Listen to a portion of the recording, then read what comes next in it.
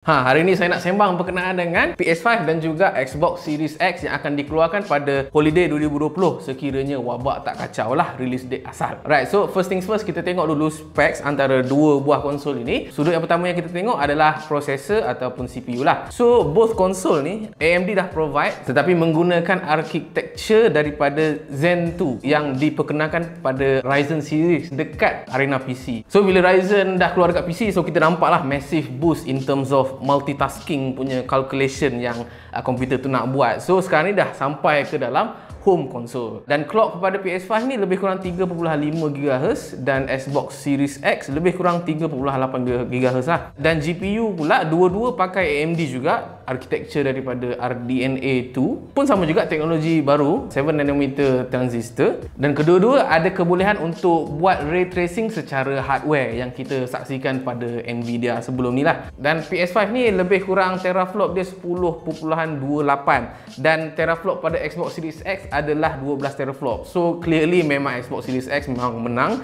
So expected kalau ada benchmark nanti, mungkin Xbox Series X akan ada tambahan FPS berbanding dengan PS5 in terms of graphical power. Okay. Dan untuk RAM pula, kedua-dua konsol ni ada 16GB RAM JDDR6. Okay, that's super fast. Dan kedua-dua konsol ini juga mampu output sehingga 8K resolution dan juga 120Hz ataupun 120 frames per second. Tapi mohon korang jangan percaya sangat. Dia kata up to tu maksudnya mungkin dalam 500 game mungkin 2 game je yang boleh cecah, itu pun slow nak mampus. Tapi bestnya generation kali ini saya nak highlightkan adalah pada CPU komponen.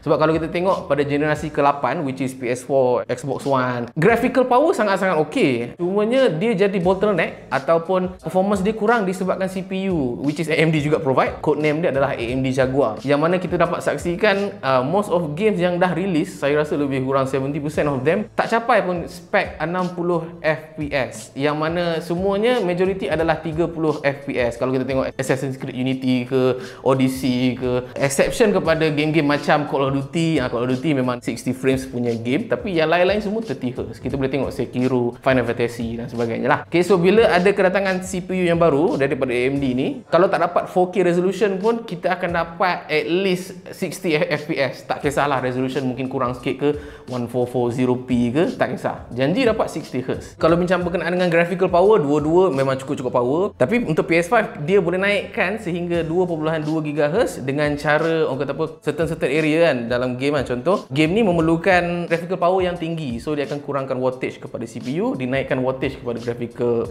processing lah, menyebabkan clock tu boleh capai cukup-cukup tinggi. Tapi kita kena ingat, teraflop yang ada pada Xbox Series X still lebih powerful daripada PS5. Macam mana nak tentukan siapa lebih powerful ataupun tidak? Kena tunggu comparison antara kedua-dua home console nantilah. Dan gap yang paling power gila lah untuk generasi kali ini, SSD. Kalau korang tengok lah, sebelum-sebelum ni kan kita ada loading time dekat GTA 5, lagi-lagi GTA Online semua tu kan. Korang kena faham, sebab dia nak kena read dan juga write data lebih kurang 50 MB per second. Sangat-sangat slow sebab pakai hard disk sistem lama. So bila dia dah upgrade kepada SSD, lagi-lagi PS5 yang mana read dan juga write speed dia at least minimum boleh cecah hingga 2500 MB per second. Ada satu video ni, dia nak loading game Spider-Man 4, dia nak masuk dalam in-game saja dia boleh load 0.83 saat berbanding dengan PS4 punya loading which is 8 saat. Memang impressive. Satu hal lagi, SSD ni juga akan menyelesaikan masalah texture pop-in.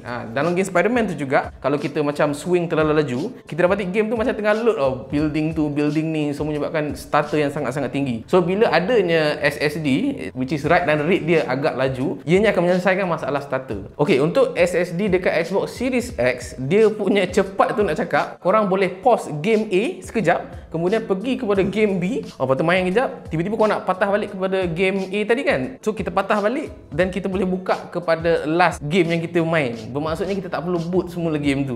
Dia macam kita guna emulator kepada PS1 ke GBA ke ataupun PS2 punya emulator. Kita tak perlu on balik kita punya emulator untuk kita pergi ke tempat yang last kita bermain. Exactly macam emulator. So nak cakap generasi yang ke-9 ini cukup-cukup powerful dan saya rasa lebih cemerlang berbanding dengan generasi yang ke-8 which is PS4 dan juga Xbox One. Kita sebagai gamer lebih seronok bermain dengan generasi kali ni.